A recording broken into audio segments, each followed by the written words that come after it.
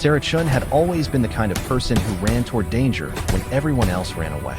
Growing up in a small town in Oregon, she was the kid who climbed the highest trees, jumped off the steepest cliffs into the lake, and never backed down from a challenge.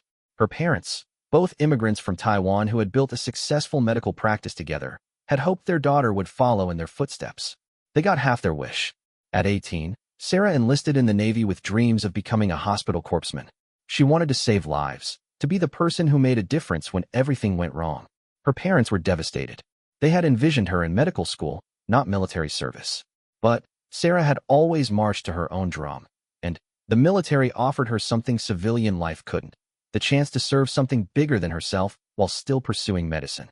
Boot camp at Great Lakes was brutal, but Sarah thrived.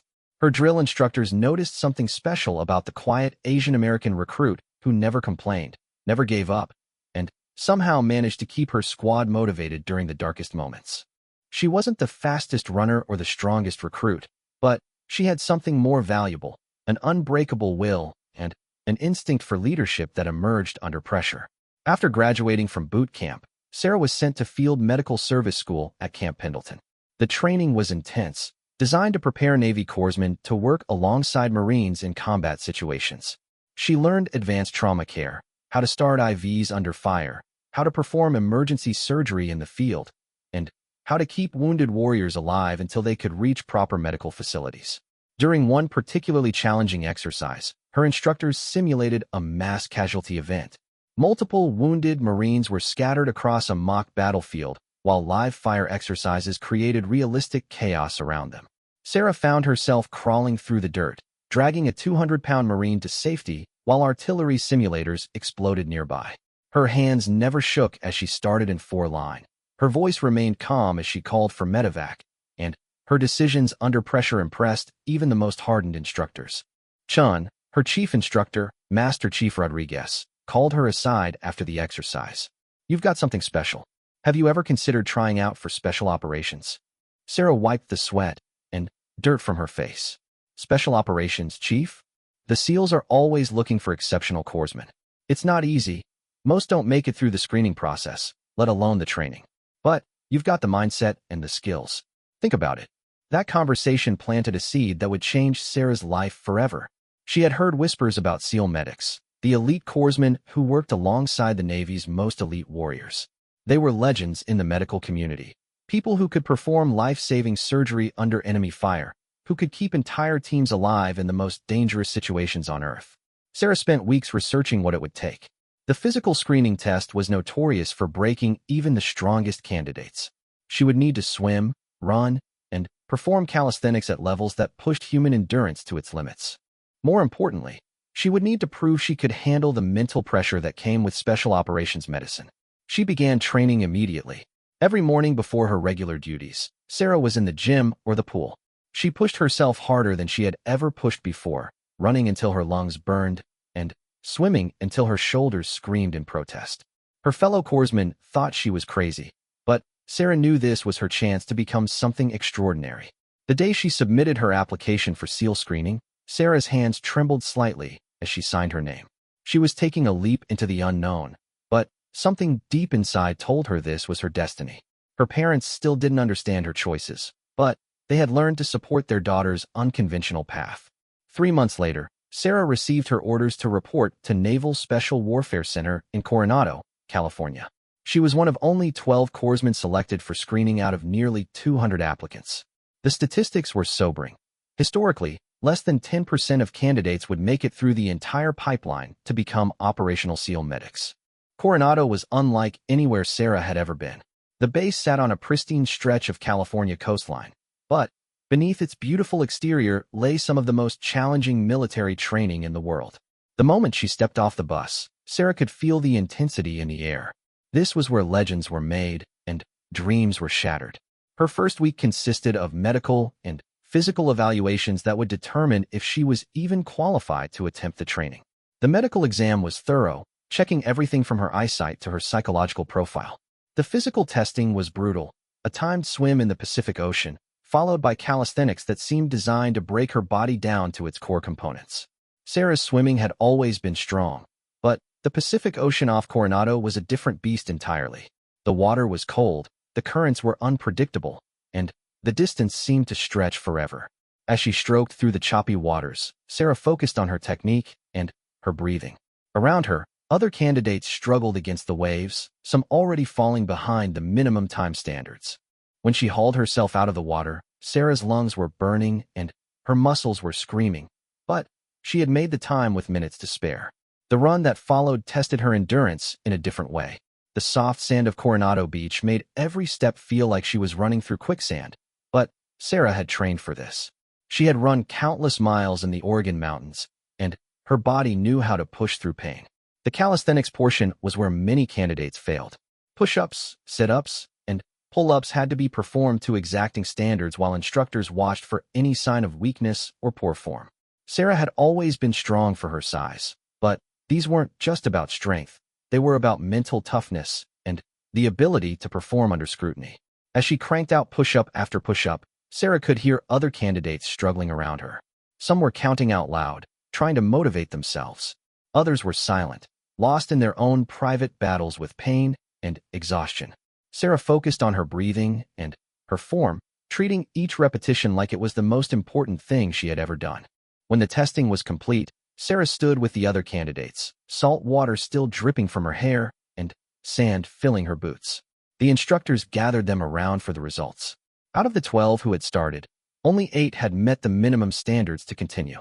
Sarah's name was among them. "Congratulations," the lead instructor announced. "You've earned the right to begin the real training. But understand this, what you've done today was just the price of admission. The real work starts tomorrow." That night, Sarah lay in her barracks bunk, staring at the ceiling and listening to the Pacific Ocean crash against the shore outside. She thought about the journey that had brought her here, from a small town in Oregon to this moment on the edge of something extraordinary. Tomorrow would begin a process that would either make her into something she had never dreamed possible or break her completely. She thought about her parents, probably asleep in their comfortable home 3 states away. They still didn't understand why their daughter had chosen this path, why she was determined to put herself through something so difficult and dangerous. But Sarah knew something they didn't. She had found her calling, and she was willing to sacrifice everything to answer it. The training ahead would test every aspect of her being. She would learn advanced combat medicine that went far beyond what she had studied before. She would learn to operate in environments that most people couldn't even imagine. She would be pushed to physical and mental limits that would reveal who she really was beneath all the layers of civilized society. But Sarah was ready. She had been preparing for this moment her entire life without even knowing it. Every challenge she had faced, every obstacle she had overcome, every moment of pain and struggle had been building toward this. She was about to begin a transformation that would turn her from a small-town girl with big dreams into one of the most elite medical professionals in the world. The sound of the ocean outside her window was like a lullaby, but Sarah knew it was also a promise. Tomorrow, that same ocean would become her training ground, the place where she would learn to push beyond every limit she thought she had. The waves that seemed so peaceful in the darkness would soon become another tool in the hands of instructors whose job it was to find her breaking point. Sarah closed her eyes and smiled. She had never been one to back down from a challenge, and she wasn't about to start now. Whatever tomorrow brought, she would face it head-on, just like she had faced every other challenge in her life. The little girl who had climbed the highest trees and jumped off the steepest cliffs was still there inside her, and that fearless spirit would carry her through whatever lay ahead.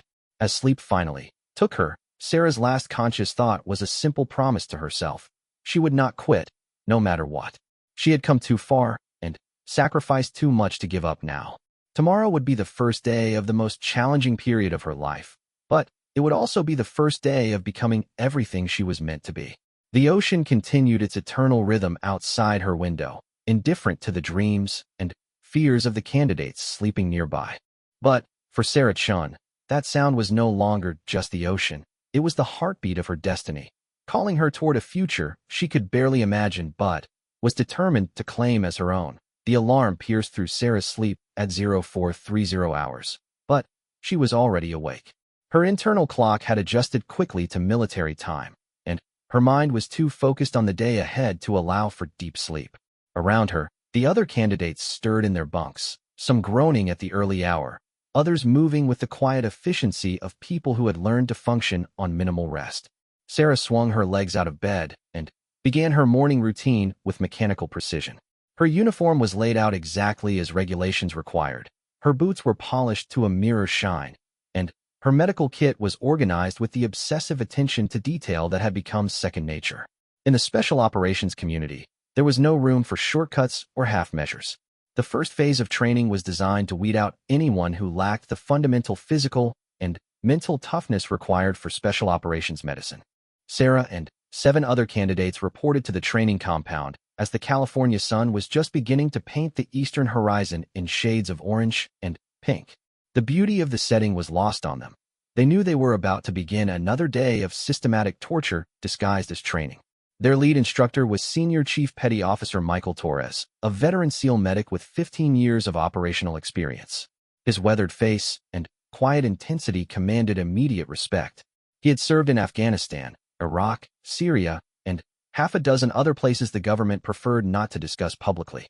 When he spoke, everyone listened.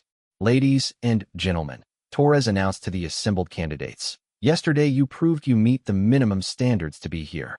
Today we begin finding out if you have what it takes to stay." The first evolution was a conditioning run that would take them along the beach and through the sand dunes behind the base. The distance wasn't the challenge. Sarah could run 20 miles if necessary. The challenge was maintaining military bearing and unit cohesion while their bodies were being systematically broken down by the soft sand and the pace set by the instructors. As they set off at what seemed like a moderate pace, Sarah fell into formation with the other candidates. The early morning air was crisp and clean, carrying the salt smell of the ocean and the faint scent of sage from the hills beyond the base. For a few minutes, it almost felt like a pleasant morning jog with friends. That illusion shattered quickly. The instructors began calling cadence, but their version wasn't the motivational chants Sarah remembered from boot camp. These were psychological tools designed to remind the candidates of their vulnerability, their distance from home, and the possibility of failure that hung over every moment of training. "Some of you won't be here tomorrow," Torres called out as they crested the first sand dune. "Some of you are already thinking about quitting. That little voice in your head is getting louder, isn't it?" Sarah felt her pace falter slightly as his words hit home. There was indeed a small voice in the back of her mind questioning whether she was strong enough, smart enough, tough enough to survive this process. But she had learned long ago not to listen to that voice. Instead, she focused on her breathing and her form, treating each step like a meditation. The run stretched on for what felt like hours. The soft sand grabbed at their boots with each step, making every movement require twice the normal effort. The pace gradually increased until Sarah could hear the labored breathing of the candidates around her. One by one, some began to fall behind. Marcus Rodriguez, a corpsman from Texas who had seemed like one of the strongest candidates, began to struggle as they climbed a particularly steep dune. Sarah could see the signs of heat exhaustion beginning to set in. His face was flushed, his breathing was becoming irregular, and his movements were losing their coordination. Without thinking, Sarah moved closer to him as they ran. "Stay with me, Rodriguez," she said quietly. "We're almost to the top." "Can't make it," he gasped between breaths. "Yes, you can. Don't think about the whole hill, just think about the next step.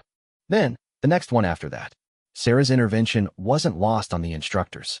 Senior Chief Torres dropped back to run alongside them, his sharp eyes taking in every detail of the interaction. In the special operations community, they didn't just want individuals who could perform under pressure. They wanted people who would lift up their teammates when things got difficult. Rodriguez found his second wind and managed to keep up with the group for the rest of the run.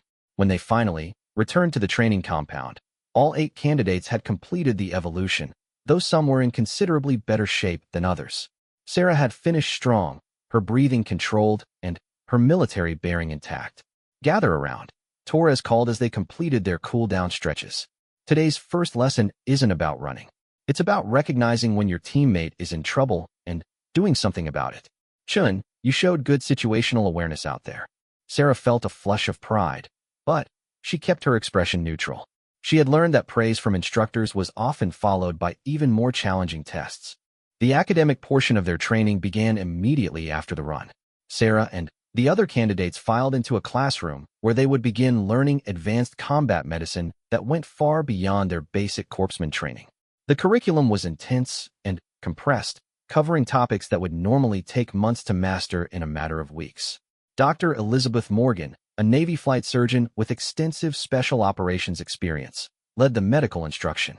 She was a small woman with steel gray hair and an intensity that commanded immediate attention. Her credentials were impressive. She had served as a flight surgeon with SEAL Team 6 and had been involved in some of the most high-profile operations of the past decade.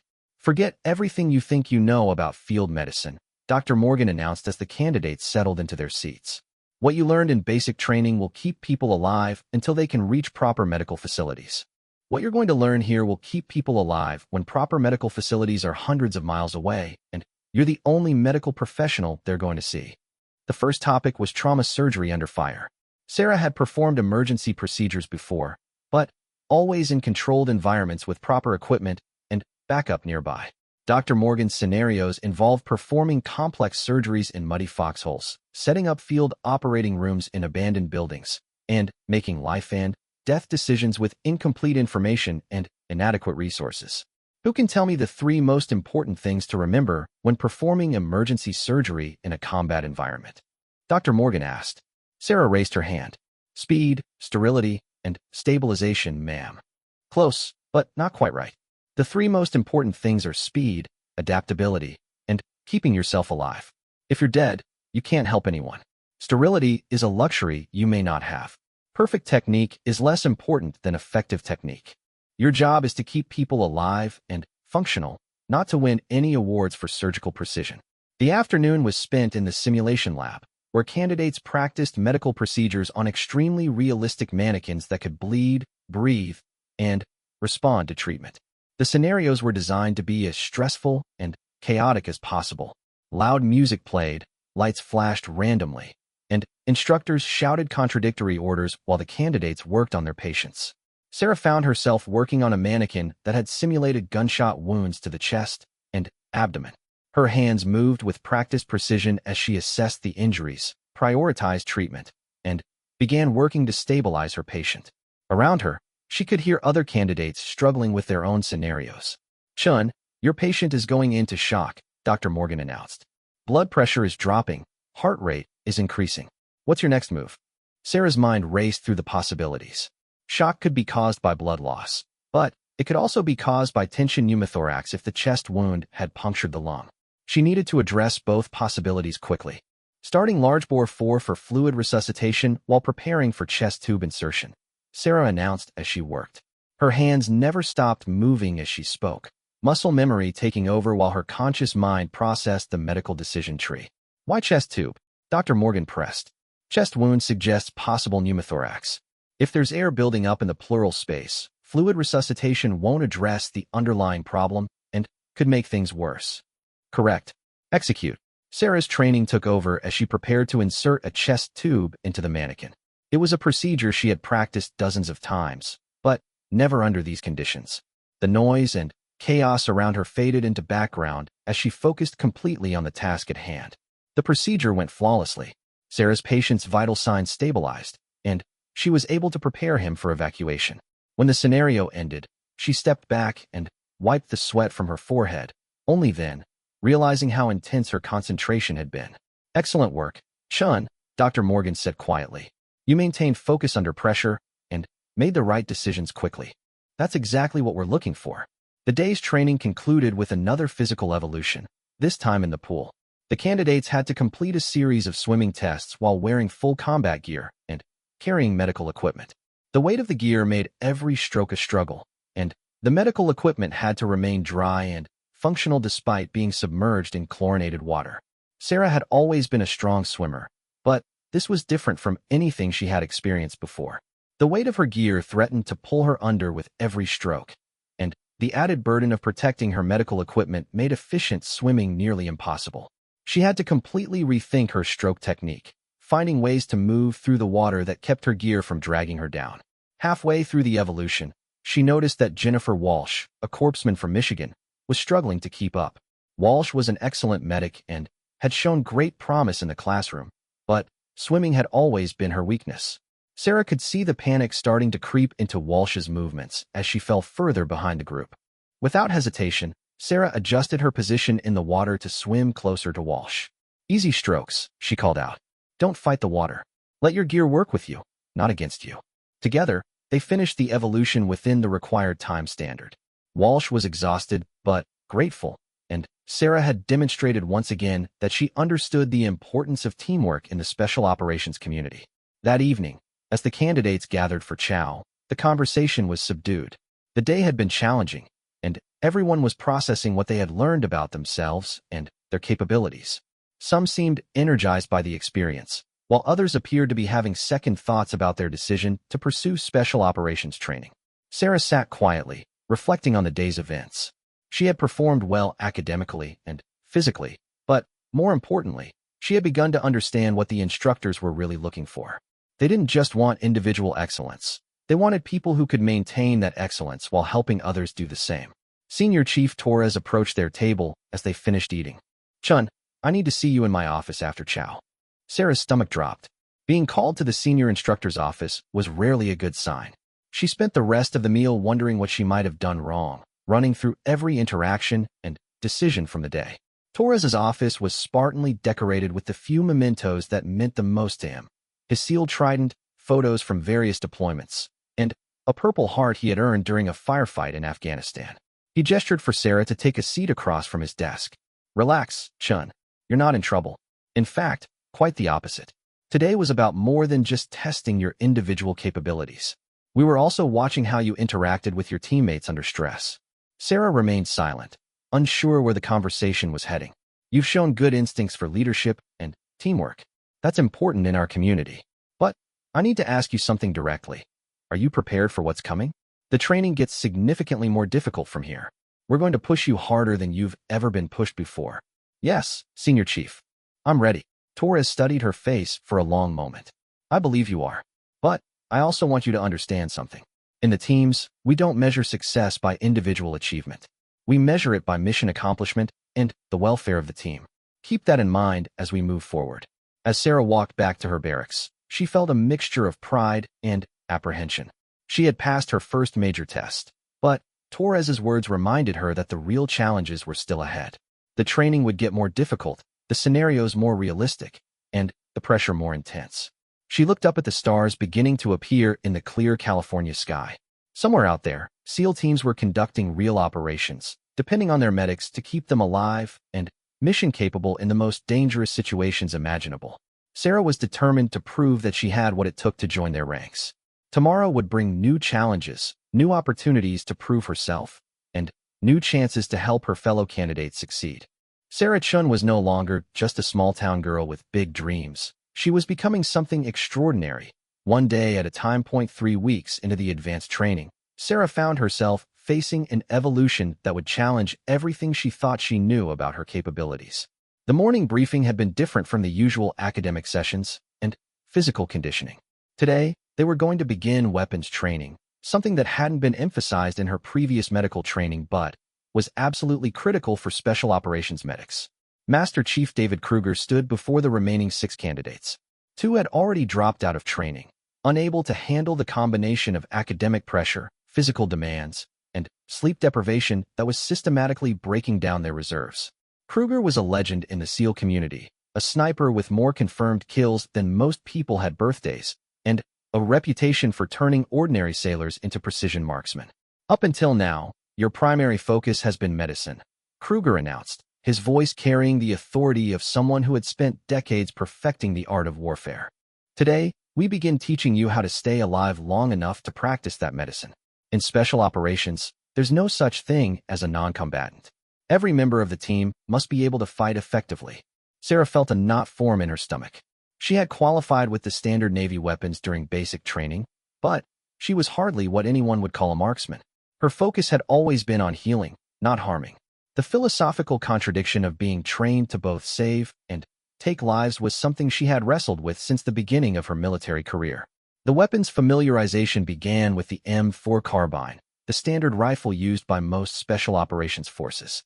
Sarah had fired similar weapons before, but never with the level of precision that would be expected in combat situations. Kruger demonstrated the weapon's capabilities, his movements economical and precise as he field stripped and reassembled the rifle with practiced ease.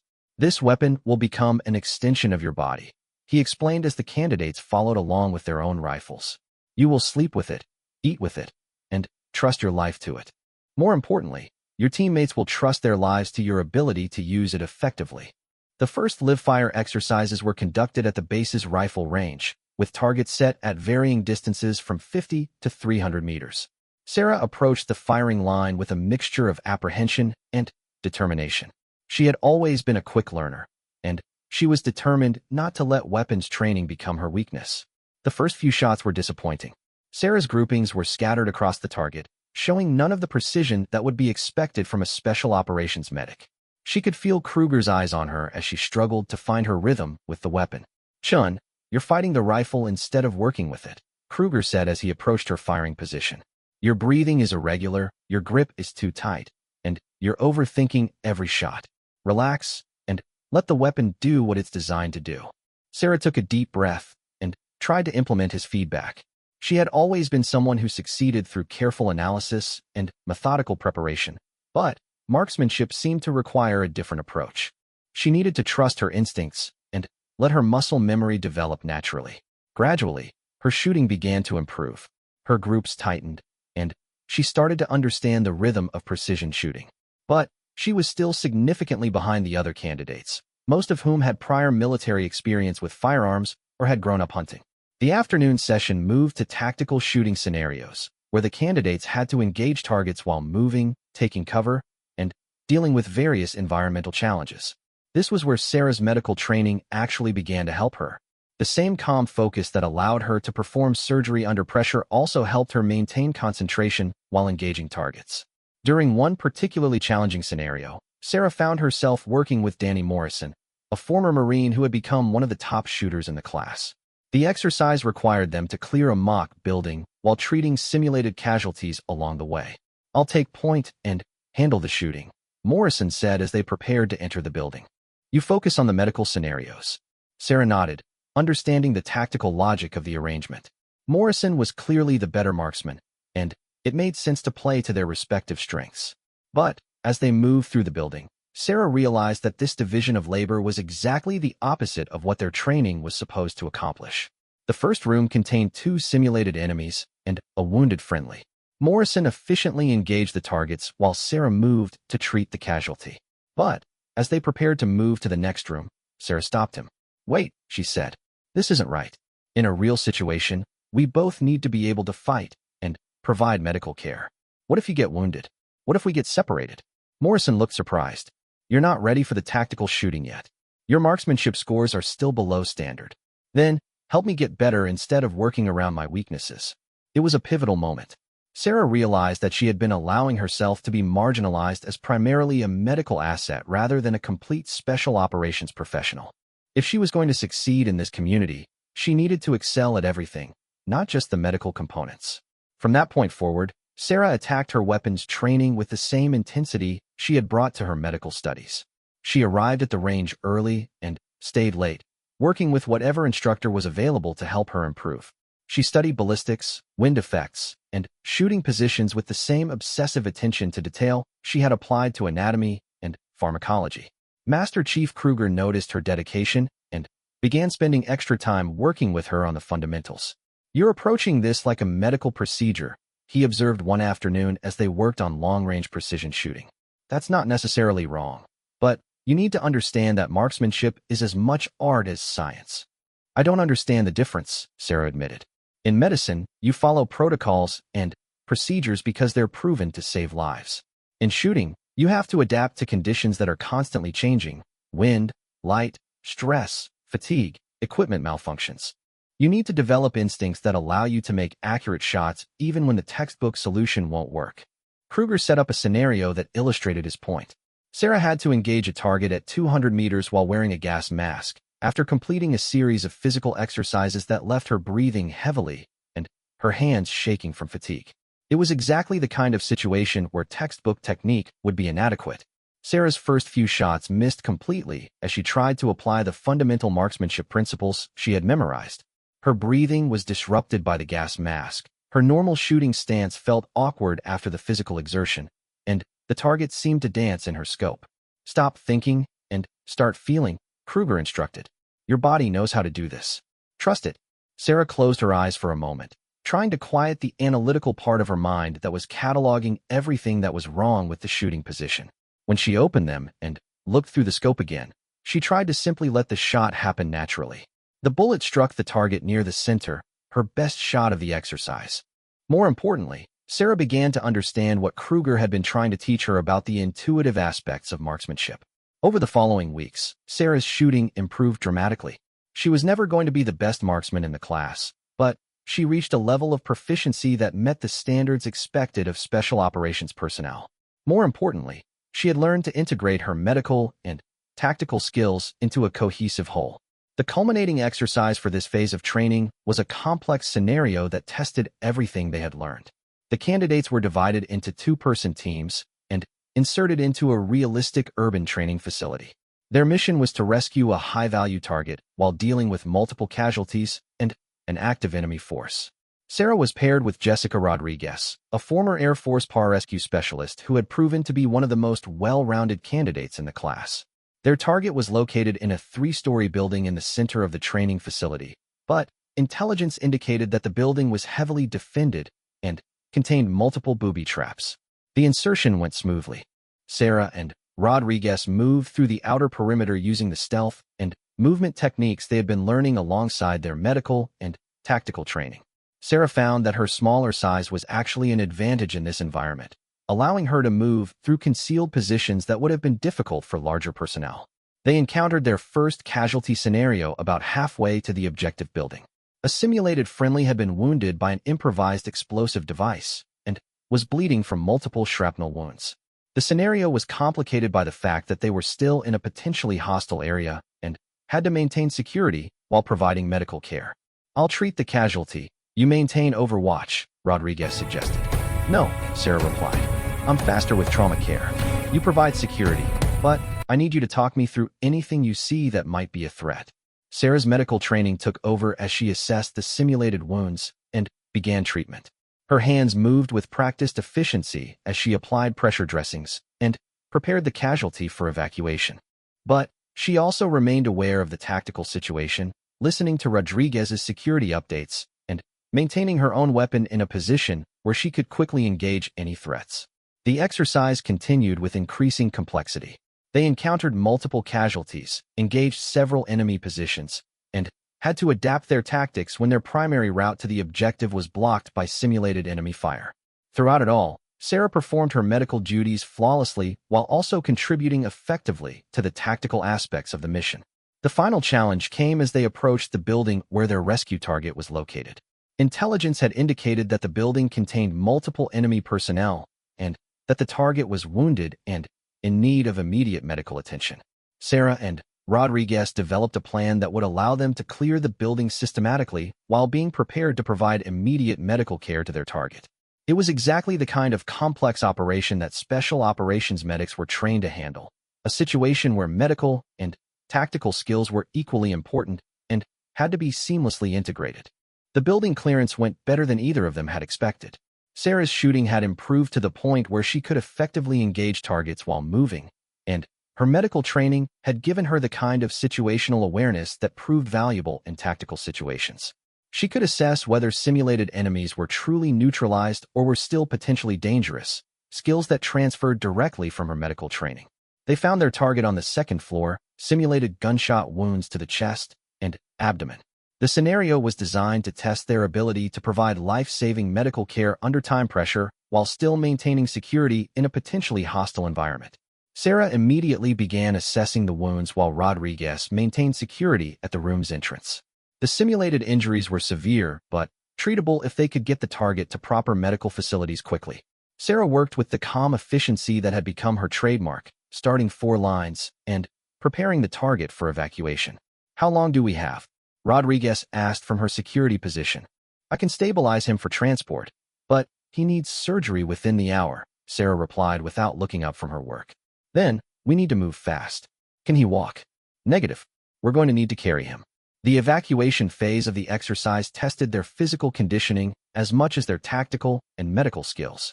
Carrying a wounded person through a potentially hostile urban environment while maintaining the ability to fight effectively was exactly the kind of challenge that special operations personnel faced regularly. Sarah and Rodriguez took turns carrying their target while the other maintained security. Sarah discovered that her intensive physical training had prepared her better than she had realized. She was able to carry her share of the load without compromising her ability to function tactically. The exercise concluded successfully, with their target delivered to the extraction point within the required time window and in stable condition. As they completed their after-action review, Sarah realized that she had crossed an important threshold in her development as a special operations medic. Master Chief Kruger approached her as she was cleaning her weapon after the exercise. "Outstanding work today, Chun. You've come a long way since that first day on the rifle range." "Thank you, Master Chief. I feel like I'm finally beginning to understand how everything fits together." "That's exactly what we've been waiting for. A special operations medic isn't just a corpsman who can shoot, and isn't just a shooter who knows first aid. It's someone who can seamlessly integrate both skill sets to accomplish missions that require both capabilities." Sarah nodded, understanding finally dawning on her. She had been thinking of her medical and tactical training as separate skill sets that she needed to master independently. But the reality was that they were complementary aspects of a single profession, each one making her better at the other. As she walked back to her barracks that evening, Sarah reflected on how much she had changed since arriving at Coronado. The young woman who had been primarily focused on medical training had evolved into someone who could function effectively in the most demanding military environments. But, more importantly, she had learned to see herself as a complete special operations professional rather than just a medic who happened to be in special operations. The next phase of training would test her in ways she couldn't yet imagine, but Sarah was ready. She had found her rhythm, discovered her capabilities, and, most importantly, learned to trust herself in situations where the stakes couldn't be higher. The small-town girl from Oregon was becoming exactly what the Navy SEALs needed: a medical professional who could fight, and a warrior who could heal. 6 months into her training at Coronado, Sarah faced what her instructors called the moment of truth. The advanced phase of special operations medical training was about to begin, and with it came challenges that would test not just her technical skills, but her psychological resilience and ability to make life and death decisions under the most extreme circumstances imaginable. Only 4 candidates remained from the original group of 12. The attrition rate was exactly what the instructors had predicted, and each departure had served as a stark reminder of how difficult this path truly was. Sarah had formed close bonds with her remaining teammates: Jessica Rodriguez, Danny Morrison, and Alex Chun, no relation, despite the shared surname. They had become more than just fellow students. They were a team that had learned to depend on each other for survival. The morning briefing for their next phase was conducted by Captain Lisa Martinez, a Navy surgeon who had served multiple deployments with SEAL teams and had earned both the Bronze Star and Purple Heart during her service. Her presence immediately signaled that they were entering a new level of training intensity. "What you've learned so far has been preparation," Captain Martinez announced as the 4 candidates settled into their seats. "You've developed the fundamental skills you'll need to function as special operations medics. Now we're going to teach you how to use those skills in situations where failure isn't just a bad grade, it's dead teammates." The first evolution involved what the instructors called battlefield medicine under extreme stress. The candidates were taken to a training facility that had been designed to replicate the chaos and sensory overload of actual combat. Multiple speakers produced the sounds of gunfire, explosions, and radio chatter. Strobe lights simulated muzzle flashes and explosions. Smoke machines created the kind of visibility challenges they would face in real operations. In the middle of this controlled chaos were multiple casualty scenarios, each one requiring immediate medical attention and complex decision-making about treatment priorities. Sarah and her teammates had to work as a team to triage the casualties, provide life-saving treatment, and prepare them for evacuation, all while maintaining tactical awareness and responding to changing threat situations. Sarah's first patient was a mannequin with simulated blast injuries to multiple limbs and a penetrating chest wound. The scenario was designed to test her ability to prioritize treatment when faced with multiple life-threatening injuries and limited time. As she worked, instructors shouted contradictory orders, simulated enemy fire forced her to take cover repeatedly, and additional casualties were added to complicate her decision-making process. "Chun, your patient is going into cardiac arrest," Captain Martinez announced over the din of simulated combat. "What's your response?" Sarah's mind raced through the possibilities.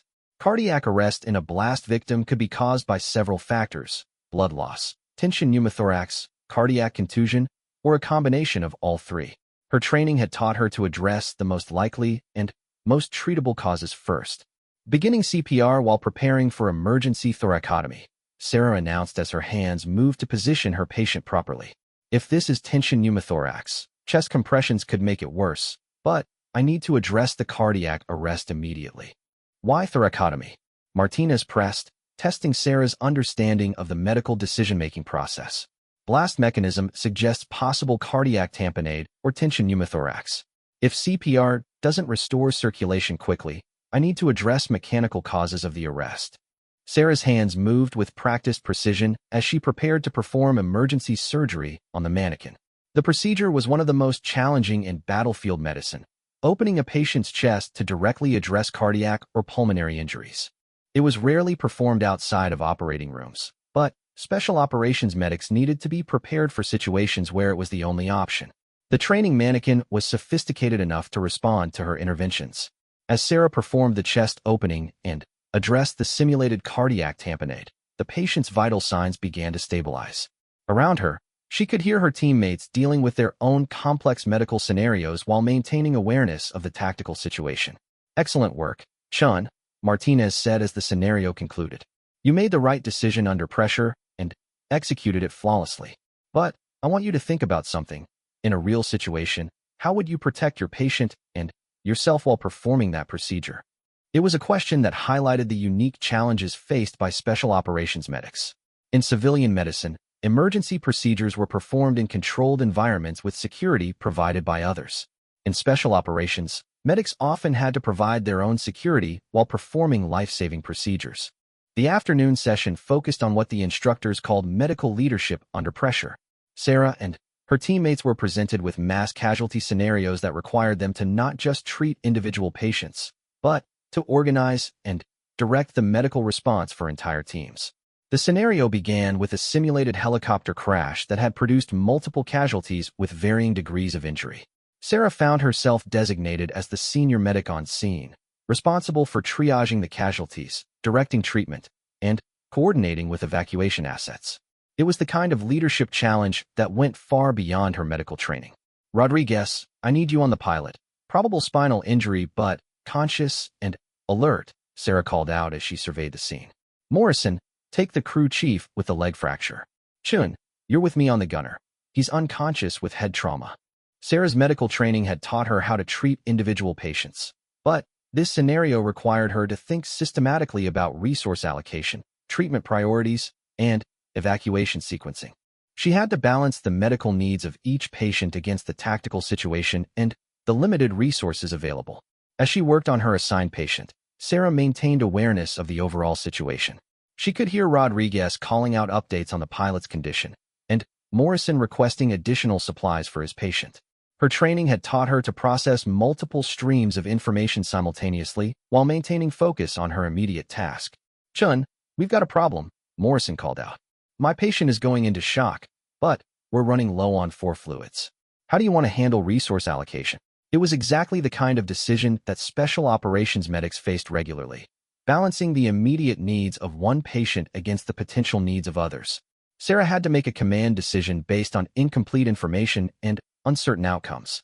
Prioritize the pilot for 4 fluids. Spinal injury with hypotension suggests possible neurogenic shock. Sarah responded without stopping her work on her own patient. Morrison, use pressure and positioning to manage your patient's shock until we can get additional supplies. The scenario continued to evolve, with new casualties arriving and changing tactical situations requiring constant adaptation of their medical response. Sarah found that her months of training had developed not just her medical skills, but her ability to think strategically about complex, evolving situations. When the exercise concluded, Captain Martinez gathered the team for their after-action review. You performed well as individual medics, but, more importantly, you functioned effectively as a medical team. Chun, your leadership during the mass casualty scenario was excellent. You made good decisions with incomplete information and maintained situational awareness while providing direct patient care. Sarah felt a surge of pride, but Martinez wasn't finished. However, I want all of you to think about something. Today's scenarios were controlled exercises with predetermined outcomes. In real operations, You won't have the luxury of knowing that everything will work out. You'll be making decisions where the wrong choice could result in preventable deaths of people you care about deeply. The weight of that responsibility settled on Sarah's shoulders like a physical burden. She had always understood intellectually that special operations medicine involved life and death decisions, but the reality of that responsibility was becoming more concrete as her training progressed.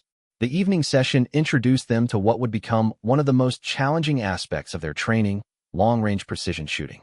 Master Chief Kruger had arranged for them to work with some of the most experienced snipers in the special operations community, learning skills that most medics would never need but that special operations medics found invaluable.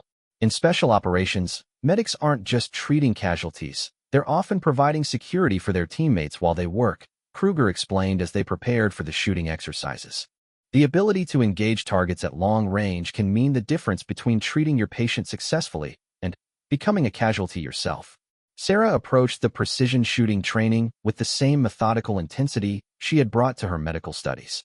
She had come a long way since those first frustrating days on the rifle range, but long-range shooting presented entirely new challenges. Wind, temperature, humidity, and a dozen other environmental factors all affected bullet trajectory in ways that required both technical knowledge and intuitive understanding. The first attempts were humbling. Shooting accurately at distances beyond 300 meters required a level of precision that pushed Sarah's developing marksmanship skills to their limits. Her first few shots at a 600-meter target missed completely, the bullets disappearing into the backstop without any indication of where they had gone. "You're overthinking it again," observed Gunnery Sergeant Maria Santos, a Marine sniper who had been brought in to assist with the training. Long-range shooting is about reading conditions and making calculated adjustments, but you still have to trust your fundamentals. Santos worked with Sarah on the technical aspects of long-range shooting: how to read wind indicators, how to adjust for temperature and altitude, how to use her rifle's ballistic computer effectively. But, more importantly, she taught Sarah how to develop the mental discipline required for precision shooting. Sniping isn't just about marksmanship, Santos explained as they worked through a series of increasingly difficult shooting scenarios. It's about patience, observation, and making perfect shots when they count. Those are all skills that transfer directly to medical practice. Sarah began to understand the connection.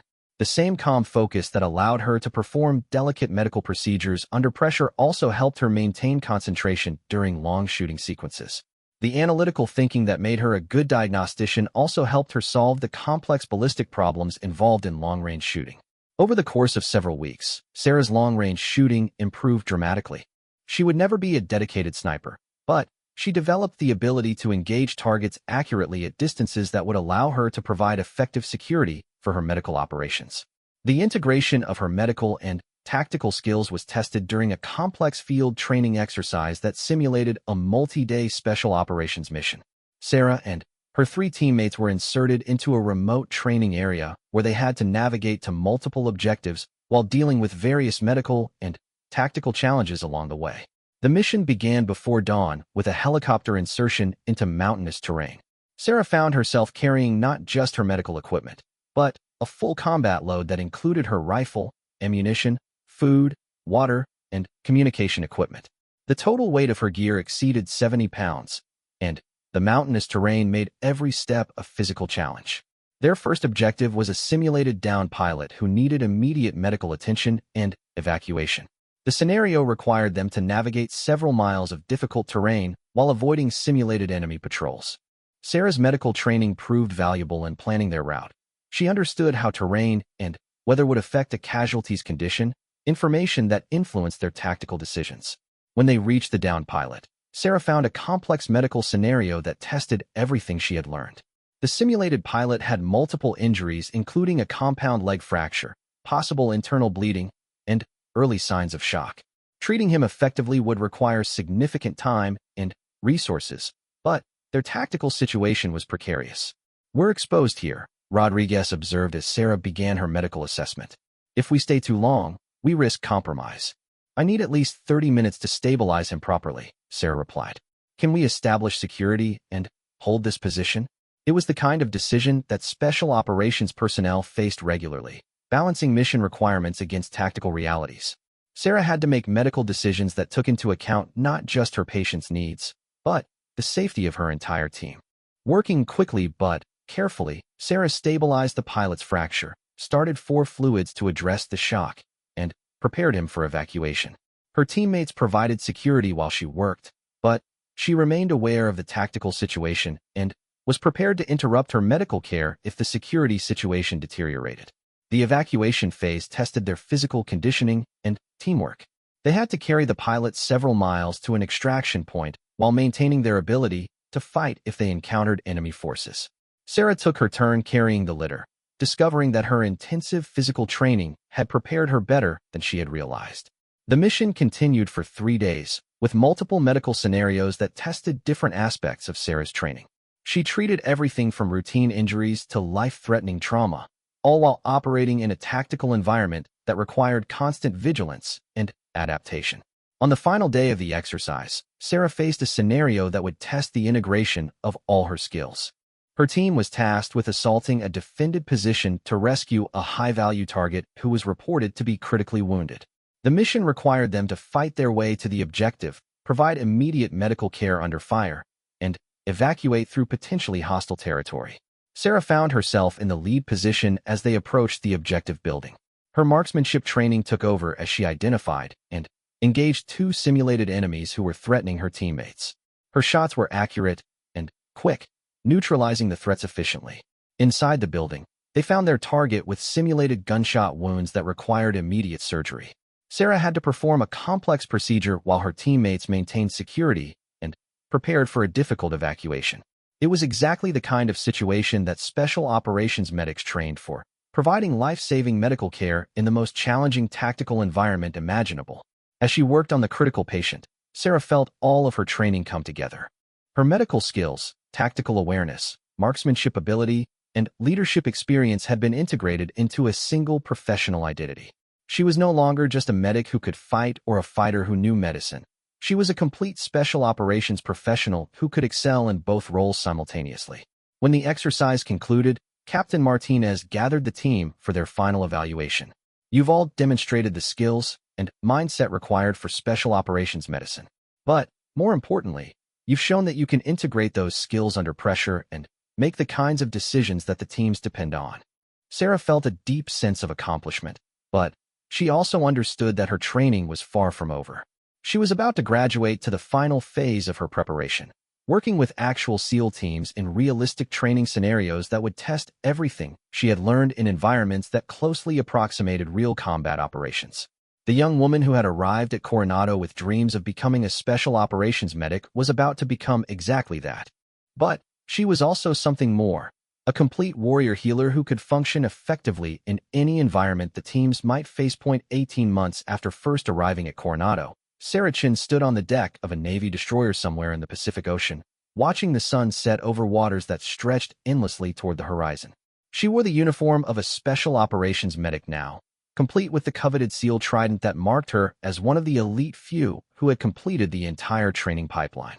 But, more importantly, she wore the quiet confidence of someone who had discovered exactly who she was meant to be. The journey from that first day of screening to this moment had transformed her in ways she could never have imagined.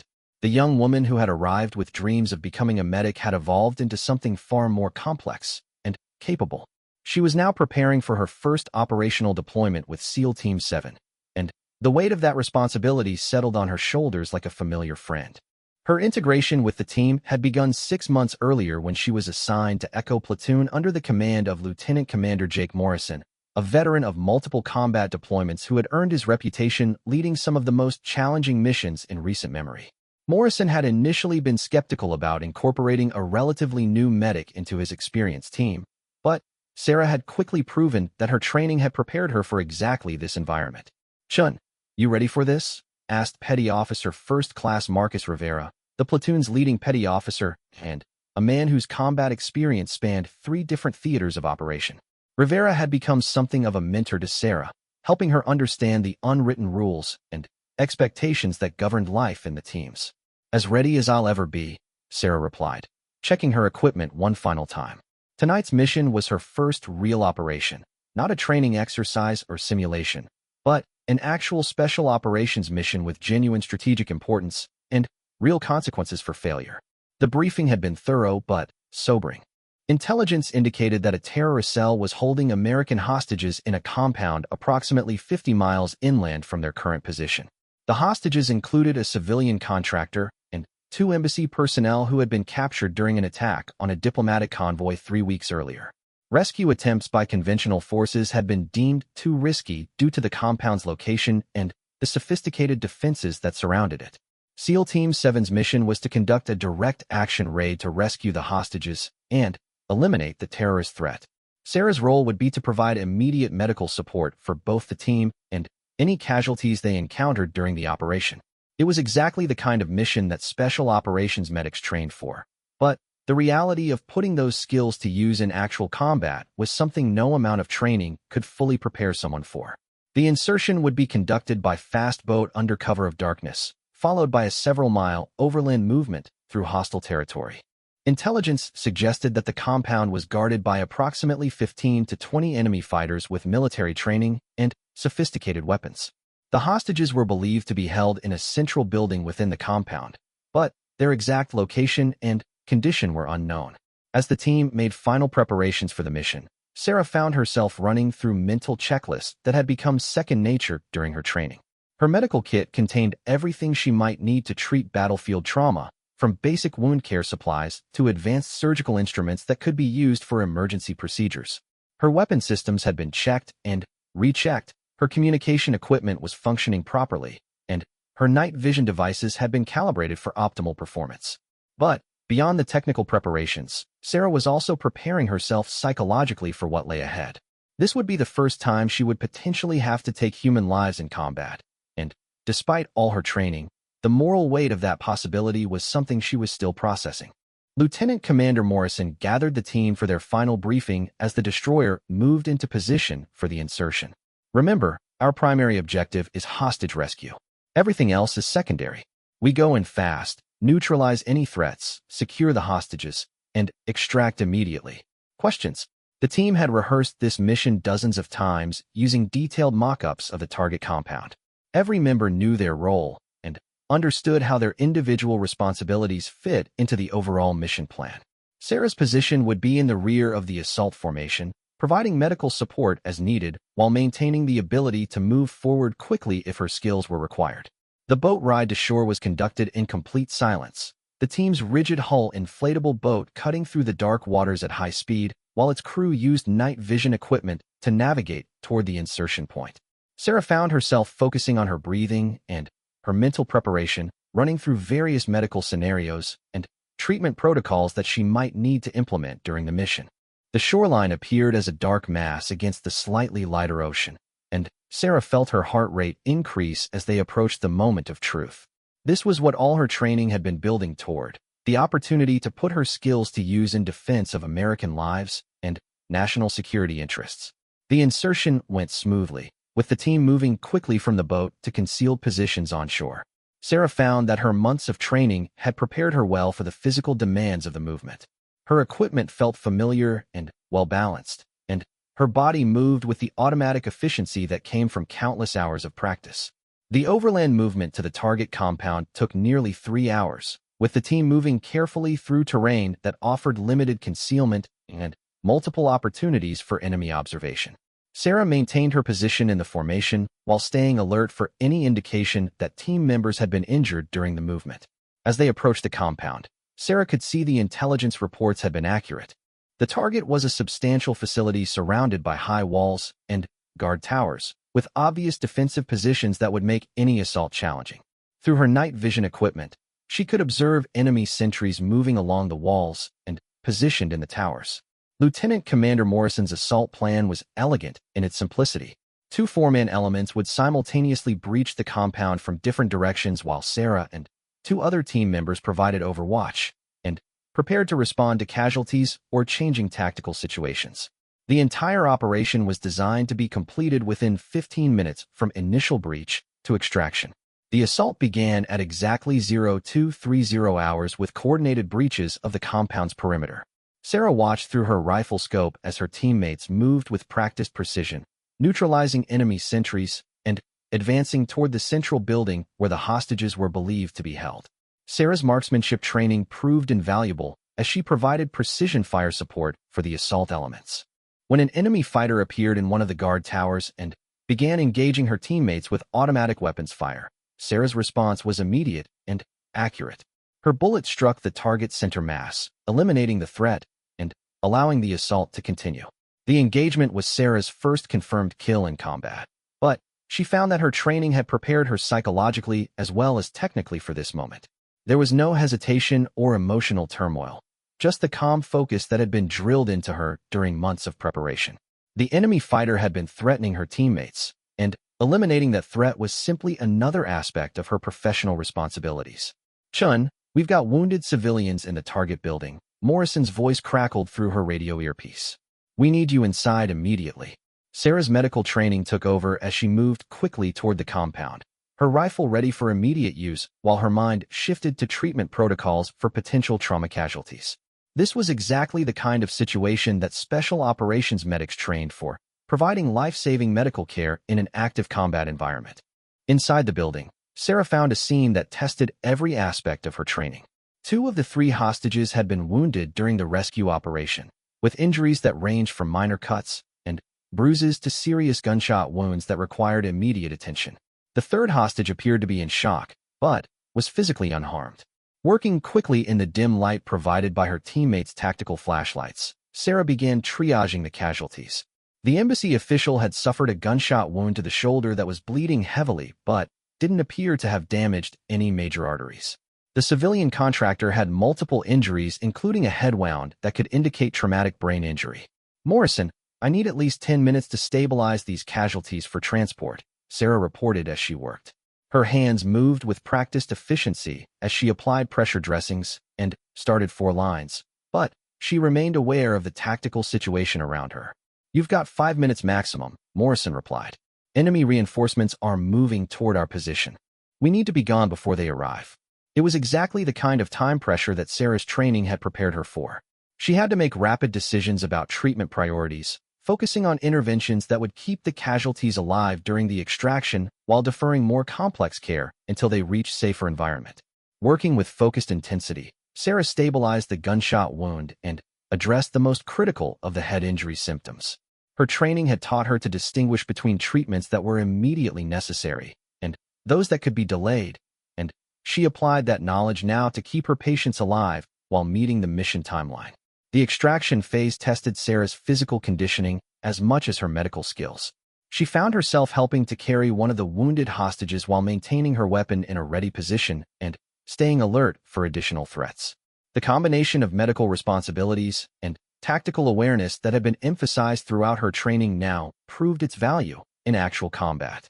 The movement back to the extraction point was conducted under increasingly difficult conditions as enemy forces converged on their location. Sarah had to provide medical care to the casualties during brief security halts while remaining prepared to engage enemy forces if the tactical situation required it. During one particularly tense moment, enemy forces established a roadblock that threatened to cut off the team's retreat route. Sarah found herself in a position where she could engage the enemy fighters with precision fire from her concealed position approximately 400 meters away. Her long-range marksmanship training proved crucial as she eliminated 2 enemy fighters who were positioning crew-served weapons that could have devastated her teammates. "Outstanding shooting, Chun," Rivera's voice came through her earpiece as the team continued its movement toward the extraction point. "You just saved our asses."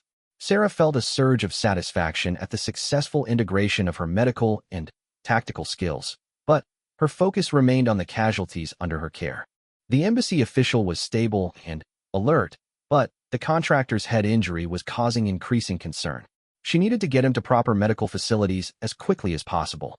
The extraction by helicopter went smoothly, with the casualties immediately transferred to the aircraft's medical facility where Navy flight surgeons took over their care. As the helicopter lifted off and headed toward the destroyer, Sarah finally allowed herself to process what had just happened. She had successfully completed her first combat mission, integrating her medical and tactical skills in exactly the way her training had prepared her for. More importantly, she had contributed to the successful rescue of 3 American hostages while helping to eliminate a significant terrorist threat. The young woman who had arrived at Coronado with dreams of serving her country had accomplished exactly that. Lieutenant Commander Morrison approached Sarah as they settled in for the flight back to the ship.